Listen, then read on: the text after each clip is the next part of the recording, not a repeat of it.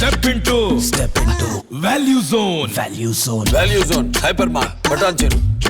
ప్రశాంతమైన వాతావరణం, ఒంటికి తాకే చల్లని గాలులు, కనుచూపు మేర కనిపించే సముద్రం, మనసుకు ఎంతో హాయినిచ్చే వాతావరణం.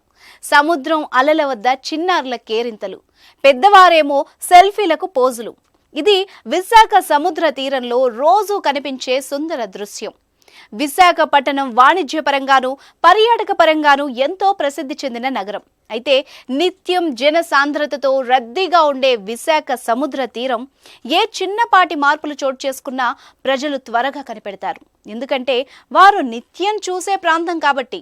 ముఖ్యంగా విశాఖ సాగర తీరం అనేది ఎంతో ప్రత్యేకమైంది. నిత్యం ఎంతో మంది ప్రజలు, టూరిస్టులు సాగర తీరంలో గడిపేందుకు ఆసక్తి చూపిస్తారు. అయితే తాజాగా విశాఖపట్నం బీచ్ లో వచ్చిన మార్పులు నగర వాసులను ఆందోళనకు గురి చేస్తోంది. సముద్రం ఉన్నట్టుండి వెనక్కి వెళ్లడం ఇప్పుడు విశాఖపట్నం వాసుల్ని ఆందోళనకు గురి చేసింది.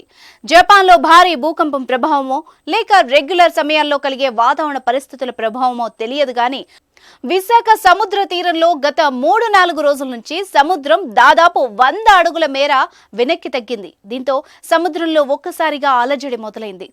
సాధారణంగా ఆటుపోటు సమయంలో సముద్రం కొద్దిగా వెనక్కి వెళ్లడం లేదంటే ముందుకు రావడం, సముద్రం ఎత్తు పెరగడం లాంటి అనేక ఘటనలు చూస్తూ ఉంటాం.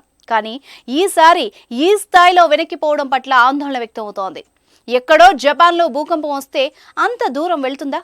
అసలు కారణం అదేనా? వేరే ఏవైనా కారణాలున్నాయా అన్న అనుమానాలు తలెత్తుతున్నాయి.